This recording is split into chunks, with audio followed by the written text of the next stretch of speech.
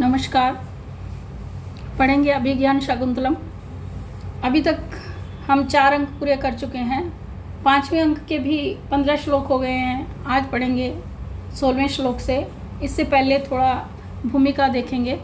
प्रसंग चल रहा था कि शारंग्रव, शार्दूल और गौतमी के साथ में शकुंतला, जो कि नाटक की नायिका है, राजा के महल में जाती हैं। और लेकिन अब राजा शकुंतला को पहचानते हैं या नहीं। शकुंतला सामने है और साथ में दोनों महर्षि कनु के शिष्य शारंग्रव, शार्दूल और गौतमी। आप जैसा कि जानते हैं कि चतुर्थ अंक में हम शाप की घटना को पढ़ चुके हैं। दुर्वासा ऋषि ने जो शाप दिया था, तो दुर्वासा ऋषि के शापवश राजा भूल चुके हैं कि शकुंतला से पहले विवाह किया था। तो वही बात आज इन श्लोक के अंतर्गत पढ़ेंगे हम। तो कहते हैं कि तद इदानीम आपन सत्वायम प्रतिगृह्यताम सधर्मचारणाय। शारंग्रव, शार्दूल जो हैं वो राजा से पहले कहते हैं कि हम इस काम के लिए आए हैं कि जो ये शकुंतला है ये पहले आपसे विवाह कर चुकी है, इसको भी कहेंगे वो। लेकिन इससे पहले उन्होंने अपना अनुभव बांटा कि महल में प्रवेश करते ही उनको कैसा यहाँ पे महसूस हुआ है। कहता है इदानीम इस आपन सत्वा गर्भवती इयम, इस शकुंतला को प्रतिगृह्यताम स्वीकार कीजिए। सधर्मचरणाय साथ में गृहस्थ धर्म का पालन करने के लिए पत्नी के रूप में आप स्वीकार कीजिए। गौतमी कहती है अरे किमपि वक्तु कामा अस्मि, मैं कुछ कहना चाहती हूँ। न वचन अवसरो अस्ति, हालांकि मेरे कुछ कहने का यहाँ पर अवसर नहीं है। कथमिति, क्योंकि न अपेक्षितो गुरुजनों अन्या तव्या पृष्ठो न बंधुजना एक एकस्य चरिते भनामि किम एक एकम। न अपेक्षितो, अपेक्षा नहीं की गई गुरुजनों की यानी पिता की, या किसी भी बड़े बुजुर्ग की, अन्य इसके द्वारा, इस शकुंतला के द्वारा अपेक्षा नहीं की गई, अर्थात कोई ज़रूरत महसूस नहीं की गई जब इस शकुंतला ने आपसे गंधर्व विवाह किया था। तव्या पृष्ठो न बंधुजना, तव्या तुम्हारे द्वारा भी, बंधुजना न पृष्ठो, भाई बंधुओं से नहीं पूछा गया। तुमने भी अपने जितने भी कुल के संबंधी थे उन लोगों से नहीं पूछा। एक एकस्य चरिते भनामि किम एक एकम। चरिते, एक एकस्य चरिते यानी एक दूसरे के प्रति जो आचरण किया गया, तुम दोनों ने एक दूसरे के प्रति जो आचरण किया, व्यवहार किया, क्या व्यवहार किया एक दूसरे के प्रति, जो गांधर्व विवाह किया है, एक दूसरे के साथ प्रेम रखते हुए जो गांधर्व विवाह किया है, इस आचरण के विषय में कि भनामी किम एक एकम किम भनामी, मैं एक एक को क्या कहूँ, अर्थात क्या तो मैं तुम्हें कहूँ और क्या मैं इस शकुंतला को कहूँ। कि दोनों ने अपनी इच्छा से, अपनी मन मर्जी से एक दूसरे को पसंद किया है, विवाह किया है, जिसमें न तो अन्य इसके द्वारा, शकुंतला के द्वारा अपने पिता से अथवा किसी भी बुजुर्ग से पूछा गया और न ही आपने अपने बंधुजनों से पूछा। तो अब इस विषय में मैं, आपने जो एक दूसरे के प्रति व्यवहार किया, जो आपने गंधर्व विवाह से विवाह आप दोनों ने किया, उस विषय में मैं तुम दोनों को ही क्या कहूँ। तो गौतमी इस प्रकार से अपनी बात को कहती है। इसके बाद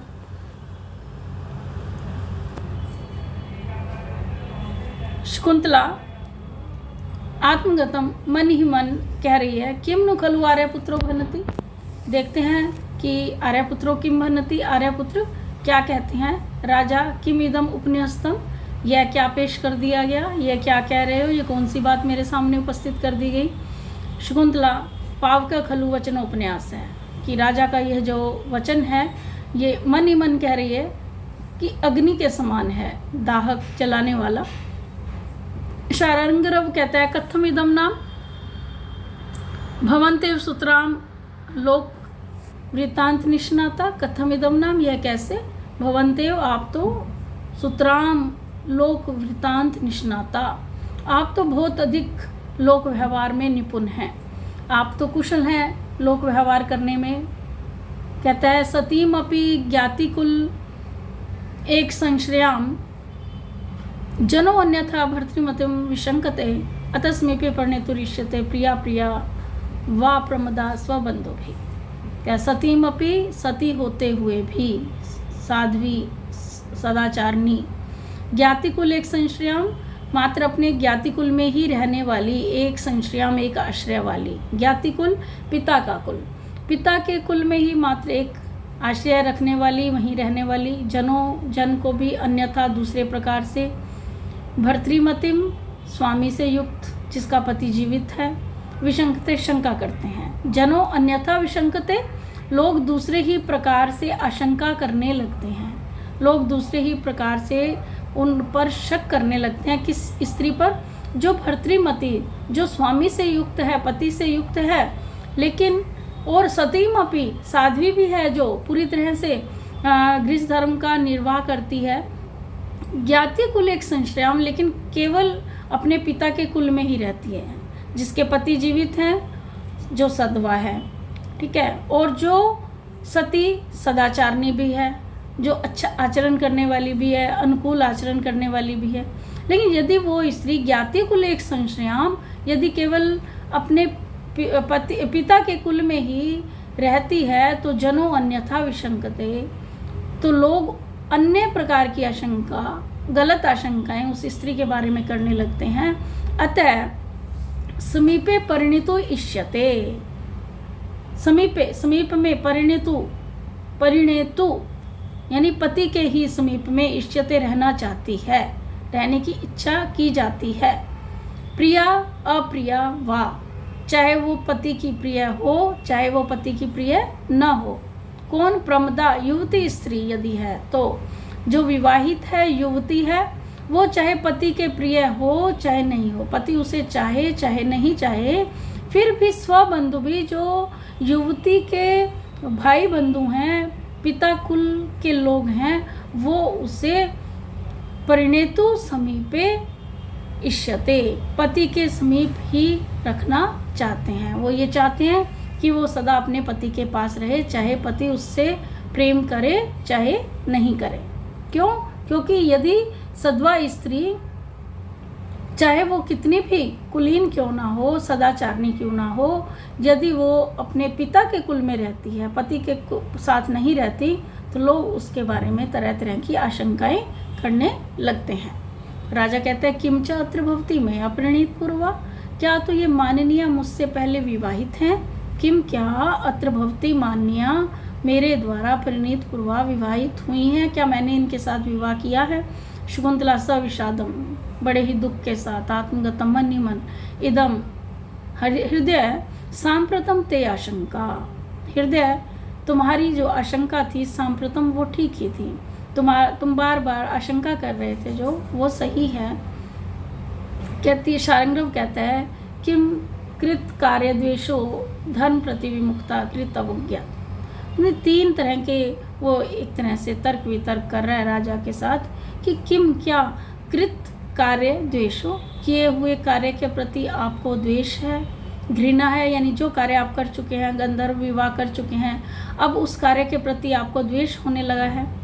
धर्म प्रति विमुक्ता, अथवा अपने कर्तव्य के से अब आप विमुख हो रहे हो, अपने कर्तव्य से हट रहे हो, आप धर्म से हट रहे हो। अथवा फिर कृत अवज्ञा, कृत किए हुए कार्य को आप अवज्ञा यानी तिरस्कार कर रहे हो, जानबूझ करके अपमानित कर रहे हो, अपने कार्य को तिरस्कृत कर रहे हो। राजा कहता है कुतोयम, असत कल्पना प्रश्न है, यह असत कल्पना पर आश्रित प्रश्न कहाँ से आ गया, झूठी कल्पना पर आश्रित प्रश्न कहाँ से पैदा हो गया। अब आप समझिए कि राजा अपनी जगह पे सही है, शापवश वो उसको स्मृति नहीं हो रही है कि कब शकुंतला से विवाह किया था। शारंग्रव कहता है मूर्छन्ति यमी विकारा प्रायेण ऐश्वर्य मत्तेषु, प्राय ऐश्वर्य मत्तेषु, जो ऐश्वर्य से जो पागल लोग होते हैं उनमें ऐसे विकार, अमी विकारा, ये विकार मूर्छन्ति बढ़ते जाते हैं। हम देखते हैं कि जितना विषय भोग वासनाओं में रहने वाले लोग होते हैं उनमें ये विकार आ जाते हैं कि वो किसी भी स्त्री से पहले विवाह कर लेते हैं, फिर उनको उसी स्त्री के प्रति जो है उसको अपमानित किया जाता है। राजा कहता है विशेषेण अधिक्षिप्तो अस्मि, विशेष रूप से मुझे अधिक्षिप्त किया जा रहा है, अब अपमानित किया, मैं अपने आप को महसूस कर रहा हूँ कि मैं बहुत तिरस्कृत हो रहा हूँ। गौतमी कहती है जाते पुत्री मुहूर्तम मां लजस्व, थोड़ी देर के लिए लज्जा को छोड़ दो, अपने शामी तावत ते उगुंठनम ततः त्वाम भर्ता अभिज्ञास्यति, अपने शामी हटाऊंगी, हटाती हूँ, तावत ते अवगुंठनम, तुम्हारा घूंघट, अवगुंठनम घूंघट, तथा जिससे त्वाम तुमको भर्ता स्वामी अभिज्ञास्यति पहचान लेंगे, इति यथोक्तम करोति, ऐसा कहकर के वैसा ही करती है, अर्थात शकुंतला के घूंघट को हटाती है। राजा शकुंतला निर्वर्ण्य, शकुंतला को देखकर आत्मगतम मन ही मन, अभी राजा क्या मन ही मन क्या कहता है शकुंतला को देखकर, इदम उपनतम एव रूपम कलिष्ट कांति प्रथम परिगृहीतम स्यात् न वायति अव्यवसन भ्रमरि विभाते कुंदम अंतः तुषारम न च खलु परिभोक्तुम न शक्नोमि हातो। इदम इस उपनतम प्राप्त हुए, इस उपनतम प्राप्त हुए, अपने आप से प्राप्त हुए जिसमें मुझे कोई प्रयास नहीं करना पड़ा, एवं इस प्रकार से प्राप्त हुए, एवं उपनतम इस प्रकार प्राप्त हुए, अपने आप से प्राप्त हुए। इदम यह क्या, इदम रूपम यह रूप, कैसा रूप, अक्लिष्ट कांति, जिसकी कांति अक्लिष्ट है, जिसकी कांति फीकी नहीं पड़ी है, जो उज्जवल कांति से युक्त है, ऐसा रूप, ऐसा सौंदर्य, ऐसा लावण्य। प्रथम परिगृहीतम पहले स्वीकार किया था या नहीं, प्रथम परिगृहीतम स्यात् न वा इति, संधि होगी, देखो स्यान है यहाँ स्यात् हो जाएगा और न अलग हो जाएगा, फिर न, फिर वेत्य जो है यहाँ वा इति हो जाएगा, फिर अव्यवसन हो जाएगा। अव्यवसन तो होता है निश्चय कर पाता हुआ, अव्यवसन निश्चय न कर पाता हुआ, इति अव्यवसन इस प्रकार निश्चय न कर पाता हुआ, स्यात् न वा परिगृहीतम स्यात् न वा, पहले स्वीकार किया था या नहीं किया था, इस प्रकार निश्चय न कर पाता हुआ। मेरी स्थिति कहता कैसी हो गई है, भ्रमर इव भंवरे के समान हो गई है। कैसे भंवरे के समान, विभाते प्रातः काल कुंदम अंतः तुषारम कुंदम इव, प्रातः काल जिसके भीतर अंतः भीतर तुषार ओस कण हो, बर्फ हो, ऐसे कुंदम इव कुंद पुष्प के समान, कुंद यहाँ पुष्प का नाम है, कुंद पुष्प के समान ऐसा कुंद पुष्प जिसके अंदर ओस कण हो, बर्फीले कण हो, ऐसे, और सुबह सुबह भंवरा वहाँ उस पुष्प पे बैठता है तो उसकी क्या स्थिति होती है कि वो ना तो पुष्प के रस को ग्रहण कर पाता है ना ही उसको छोड़ पाता है। नीचे लाइन में है न च खलु परिभोक्तुम न एव शक्नोमि हातुम, ना तो परिभोक्तुम भोग करने में, और नैव शक्नोमि हातुम, नैव हातुम और न छोड़ने में, न परिभोक्तुम न तो भोग करने में, नैव हातुम और न ही छोड़ने में, शक्नोमि समर्थ होता हूँ। राजा अपने लिए कह रहा है मैं समर्थ नहीं हो रहा हूँ। जैसे प्रातःकाल भंवरा जो है उस कुंद फूल को, कुंद पुष्प को ना तो उसका उपभोग कर पाता है ना ही उसको त्याग कर पाता है, कि उसके भीतर जो है ओस कण है जिसके कारण वो पुष्प का रस ग्रहण नहीं कर पाता। उसी प्रकार से राजा कहता मेरी भी ये स्थिति है कि ऐसा इदम यह रूपम सौंदर्य, जो कैसा सौंदर्य है, अक्लिष्ट कांति, जो अमलान कांति वाला है, जो कैसा सौंदर्य है, जो उज्जवल कांति वाला है, जो जिसका पहले उपभोग नहीं किया गया है, ऐसे इस सौंदर्य को जो अपने आप से एवं उपनतम ऐसे प्राप्त हुआ है, अपने आप से प्राप्त हुआ है, तो उसको ना तो मैं भोग करने में ना ही छोड़ने में समर्थ हो रहा हूँ। यह सोचकर कि प्रथम पहले परिगृहीतम स्यात् न वा, कि पहले इसको मैंने स्वीकार किया था या नहीं किया था, अर्थात पहले मैंने इससे पत्नी के रूप में स्वीकार किया था या नहीं, मैं पहले गांधर्व विवाह किया था या नहीं किया था। इति अव्यवसन, इस प्रकार किसी भी निश्चय पर न पहुंचा हुआ मैं। शापवश राजा भूल चुका है। लेकिन यहाँ पर जो कवि ने विभाते शब्द दिया है, तो इससे एक ये परिकल्पना यहाँ निकल करके आती है कि विभाते यानी प्रातःकाल।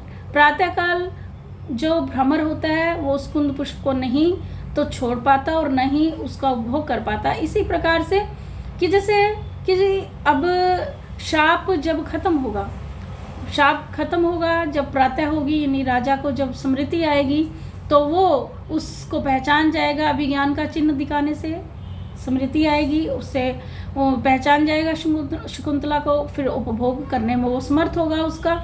इसी प्रकार भ्रमर के लिए प्रातः का मतलब क्या है? प्रातः काल ठीक है अभी है, लेकिन जब सूर्योदय होगा तो बर्फ पिघलेगी, तो फिर वो जो है उस रस का उपभोग कर पाएगा। इस तरह से कवि ने यहाँ विभाते शब्द का प्रयोग जो है दोनों ही पक्षों में बहुत सुंदरता पूर्वक किया है। तो आगे चलते हैं। आगे शार्ंगरव कहता है, भो राजन, हे राजन। आगे प्रतिहारी का कथन है। पहले स्वगतम, प्रतिहारी मन में सोच रही है, ओहो धर्म अपेक्षिता भर्तु, स्वामी की धर्म अपेक्षिता, अपने धर्म के प्रति निष्ठा कि कितने धर्मनिष्ठ हैं स्वामी। ईदृशम नाम सुखम उपनुतम रूपम दृष्टवा कोन्यो विचार्यति, इस प्रकार के सुख उपनतम आसानी से प्राप्त हुए रूपम सौंदर्य को दृष्टवा देखकर को अन्यो विचार्यति, दूसरा कौन विचार करता है, अर्थात कोई भी नहीं करता। महाराज को याद नहीं आ रहा, लेकिन जब तक उन्हें याद नहीं आ रहा है तो वो इसको छोड़ रहे हैं उपभोग। तो मतलब किस प्रकार से ये धर्म के प्रति, अपने कर्तव्य के प्रति इनकी निष्ठा है। शार्ंगरव कहते हैं, भो राजन, हे राजन, किम इति जोशम आस्यते, किस प्रकार चुप क्यों बैठे हुए हो। राजा कहता है, भो तपोधन, हे तपस्वियों, चिंतनपि न खलु स्वीकरणम अत्र भवत्या संग्रामी, चिंतनपि सोचते हुए भी, न खलु स्वीकरणम अत्र भवत्या, स्वीकरणम अत्र भवत्या, इन मान्य को स्वीकार को न संग्रामी, याद नहीं कर पा रहा हूँ कि इन माननीय का मैंने कब स्वीकार किया था, इन मान्य से कब मैंने विवाह किया था, उसको मैं अभी तक याद नहीं कर पा रहा हूँ। तत्कथम इमाम अभिव्यक्त सत्व लक्षणाम, तो फिर कैसे इस अभिव्यक्त सत्व लक्षणाम, जिसके गर्भवती के चिन्ह नजर आ रहे हैं, प्रकट हो रहे हैं, उसके प्रति आत्मानम, अपने आप को, क्षेत्रिनम आशंक मान है, पति मानता हुआ प्रतिपत् से ग्रहण करूं, मैं इनको कैसे स्वीकार करूं, इनको अपने आप को अपना पति मानता हुआ, जिसके गर्भवती के लक्षण साफ नजर आ रहे हैं। क्योंकि मैं सोचते हुए भी मैं याद नहीं कर पा रहा कि मैं इन मान्या के साथ कब मैंने विवाह किया था। शकुंतला पवारे एक और हटकर, आर्यपुत्र से परिणय संदेह, आर्यपुत्र को विवाह में ही संदेह है। कुत इदानीं में दुराधिरोहिणी आशा, तो फिर मेरी दुराधिरोहिणी आशा कुतः, उसका क्या होगा। इदानीं, इस वक्त, जो मेरी दूर तक गई हुई आशा है, जो मैं इतनी महत्वाकांक्षी हो गई थी कि राजा दुष्यंत मेरे पति हैं और मैं पटरानी पद पर इनके प्रतिष्ठित होंगी, तो उस मेरी दुराधिरोहिणी आशा का क्या होगा।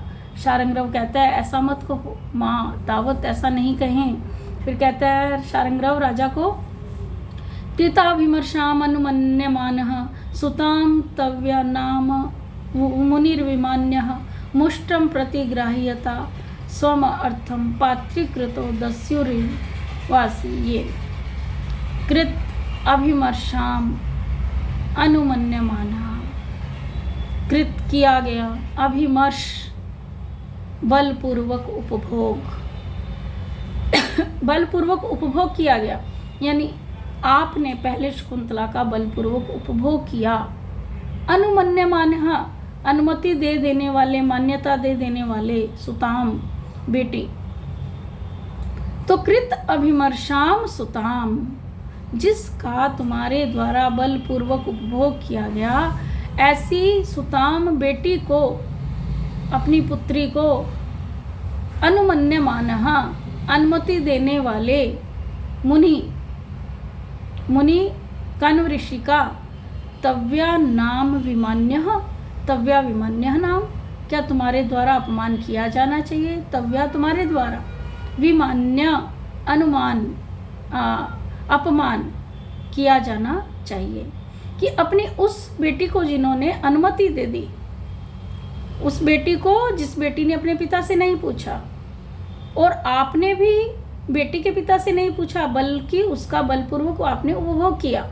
तो कृत अभिमर्शाम सुताम, जिनकी बेटी का आपने बलपूर्वक उपभोग किया, ऐसे पिता के द्वारा बेटी को अनुमति देने वाले उस पिता का मुनि कण्व ऋषि का अभिमान्य नाम तव्या विमान्य नाम, क्या तुम्हारे द्वारा अपमान किया जाना चाहिए? अर्थात तुम्हारे द्वारा अपमान करना उचित नहीं है, वो मुनि अपमान के योग्य नहीं है।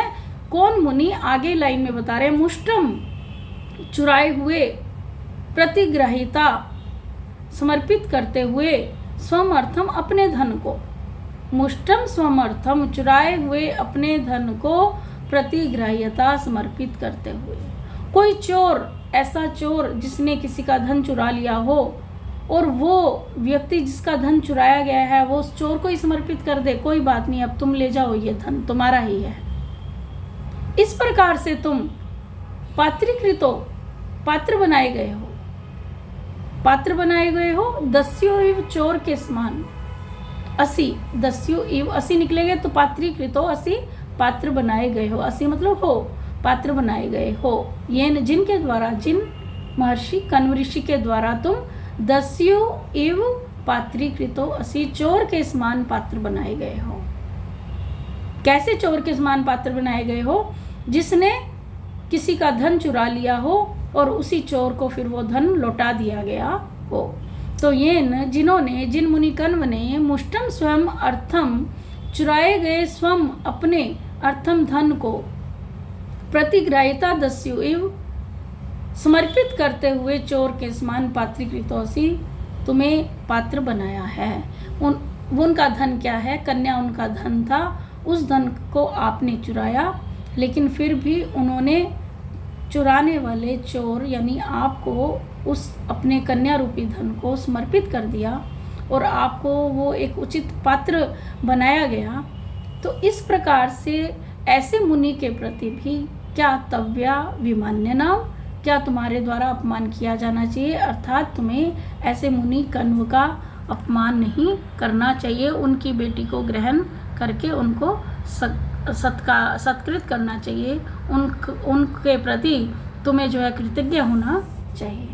ठीक है, इसके बाद हम कल पढ़ेंगे आगे। Thank you.